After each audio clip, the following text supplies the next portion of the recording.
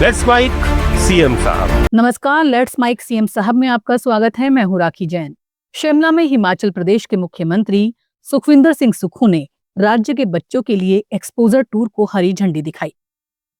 इस अवसर पर मुख्यमंत्री ने कहा, नए साल की शुरुआत में सरकार ने करुणामूलक आधार पर 980 लोगों को नौकरी देने की मंजूरी दी है। उन्होंने कहा, ये पहला चरण है, जबकि दूसरे चरण में एक ऐसा कानून बनाया गया है जिसके तहत इन बच्चों को अपने परिवार जैसा संरक्षण दिया जाएगा।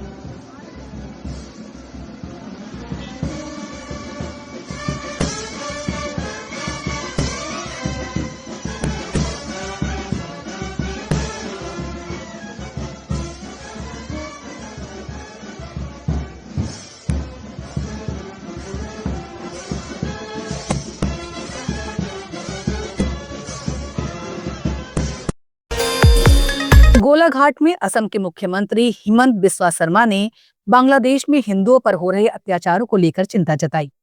मुख्यमंत्री ने कहा कि बांग्लादेश में हिंदुओं के खिलाफ बढ़ते अत्याचार चिंताजनक हैं और इसका असर असम पर भी पड़ सकता है।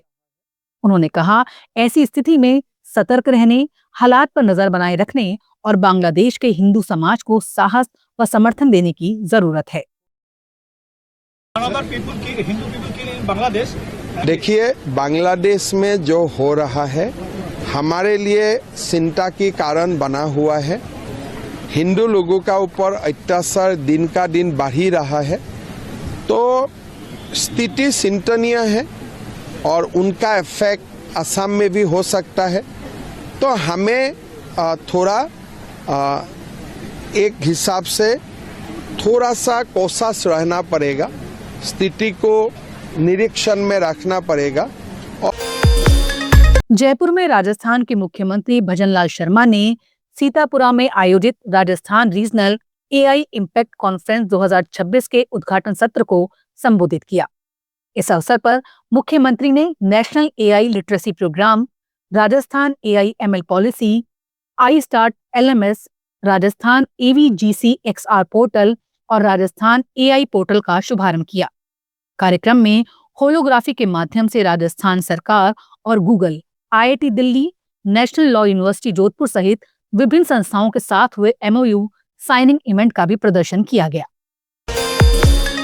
डोनापोला में गोवा के मुख्यमंत्री प्रमोद सावंत ने गोवा यूनिवर्सिटी में कई नई सुविधाओं का उद्घाटन किया। इस अवसर पर मुख्यमंत्री ने कहा, गोवा यूनिवर्सिटी देश की पहली यूनिवर्सिटी है जिसने पीएम ऊषा फंड का उपयोग किया है।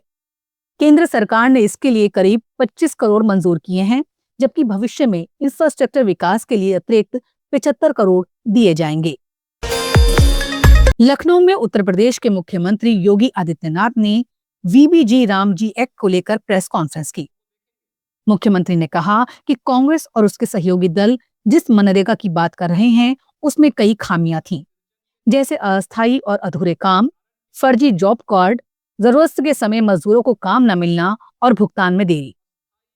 योगी आदित्यनाथ ने बताया, नई योजना में रोजगार गारंटी 100 दिन से बढ़ाकर 125 दिन कर दी गई है और मजदूरी का भुगतान साप्ताहिक किया जाएगा ताकि श्रमिकों को समय पर लाभ मिल सके।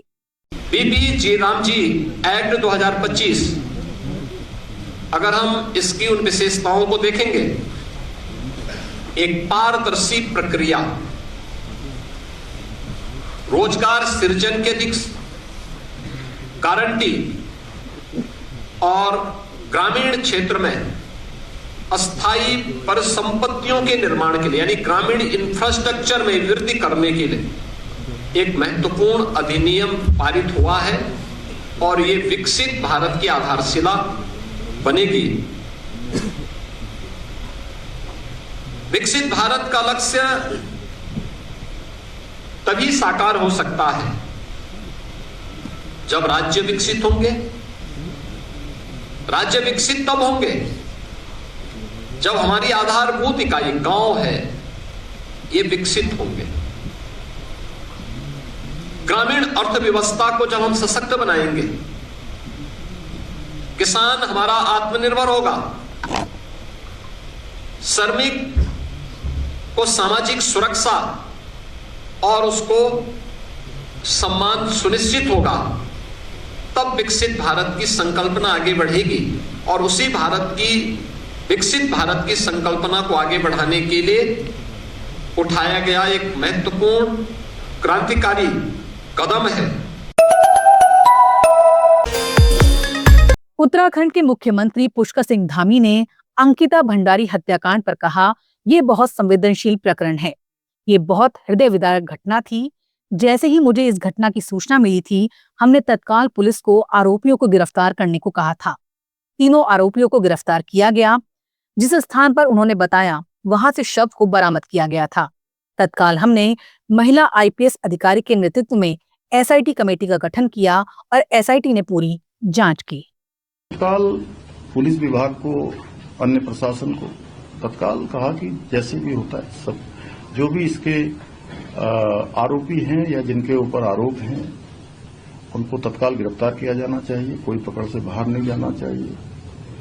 और तत्काल उन सभी वो 3 के 3 जो आरोपी थे उस समय के, वो तीनों को गिरफ्तार किया गया। और जिस स्थान पर उन्होंने बताया वहां से बॉडी को रिकवर किया गया। फिर जो कार्रवाई होती है, समस्त औपचारिकताएं जो कानूनी रूप से होती हैं वो पूरी की गई। और पूरी करने के बाद तत्काल ही हमने महिला आईपीएस अधिकारी के चेयरमैनशिप में या कहिए उनके नेतृत्व में एक कमेटी का गठन किया, एसआईटी जांच का गठन किया। और एसआईटी ने अपनी पूरी जांच करी, हर एक पहलू पर जांच करी। परिवार के लोगों से भी एसआईटी मिली, अन्य लोगों से भी मिली, जिन लोगों को भी इस केस के बारे में जो भी जानकारियां थी। और इसमें विज्ञापन भी निकाला गया, अखबार में भी दिया गया, संचार के माध्यमों से बताया भी गया, किसी के पास भी अगर कोई जानकारी हो तो वो एसआईटी को उपलब्ध कराए। और पी रेणुका देवी उस समय उस एसआईटी को हेड कर रही थी, जो अभी सीबीआई में ही कार्यरत हैं। यहां से उनका सीबीआई में ही जो है, इसके बाद डेपुटेशन से वो हमारे राज्य के अधिकारी हैं, यहाँ के कैडर भी हैं, लेकिन अब सीबीआई में काम कर रही हैं। और एसआईटी ने पूरी काम करने के बाद उसके बाद उसमें कई सारे पहलू आए बीच में। बहुत सारे लोगों ने कहा कि भाई इसमें जानकारियां ये भी होनी चाहिए, कुछ और जुड़ना चाहिए। उन्होंने कहा जिसके पास में जो भी जानकारी है हमको दे दे या न्यायालय में दे दे, जहां भी देना अब दे। अंततः लोग सीबीआई की जांच के लिए उस समय में न्यायालय में भी अर्जी लगाई गई, सुप्रीम कोर्ट, हाई कोर्ट, सभी लोगों ने उसको सुना। सुप्रीम कोर्ट ने भी, हाई कोर्ट ने भी, और जो सेशन कोर्ट है वहां पर इस पर लगातार कार्रवाई चलती रही। और जो मजबूत पैरवी थी, उसी मजबूत पैरवी का परिणाम था कि उन्हीं तीनों आरोपियों को आजीवन कैद की सजा सुनाई गई। अब इधर एक प्रकरण ये आया है कि ऑडियो एक आया है, और ऑडियो में उन्होंने कई लोगों के नाम लिए हैं अलग अलग प्रकार से। और हमने कहा कि भाई ऑडियो की जांच करी जाए, और जांच के लिए जो है एक एसआईटी का गठन भी कर दिया गया इसमें। और जिन लोगों ने ऑडियो पर बात की है उनसे भी बात करने का पुलिस ने प्रयास किया है। अच्छा होगा कि वो सब लोग अपना ऑडियो जो उन्होंने बोला है उसकी कुछ सत्यता वहां पर आ जाए। और सत्यता आते ही हमने कहा है कि हम सभी प्रकार की जांचों के लिए भी तैयार हैं। लेट्स माइक सीएम साहब में फिलहाल इतना ही। देखते रहिए, सुनते रहिए लेट्स माइक। नमस्कार।